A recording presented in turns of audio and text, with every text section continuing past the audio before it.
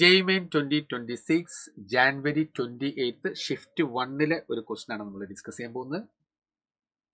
The ratio of D Broglie wave length of A deuteron with kinetic energy E to that of an alpha particle with kinetic energy 2e is n is to 1.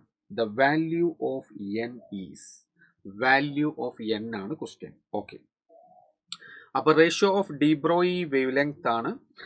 Deuteron ആരാ? 1h2 ആണ്. 1h2.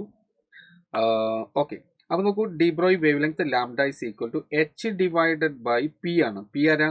Root of 2me.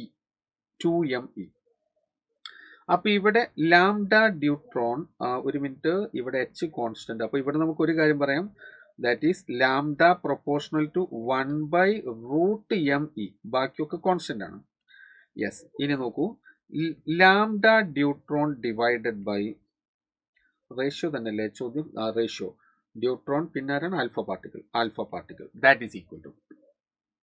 That is equal to ഡ്യൂട്രോണിന്റെ mass നമ്മൾ എത്ര എടുക്കുക? 2m. ഡ്യൂട്രോണിന്റെ mass എത്ര?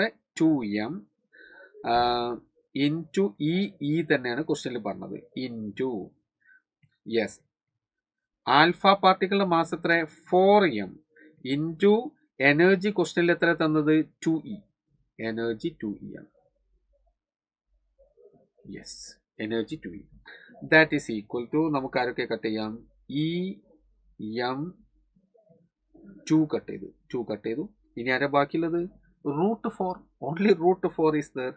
Therefore lambda neutron divided by lambda alpha, that is equal to 2. The final answer is 2 is correct. Numerical answer type question.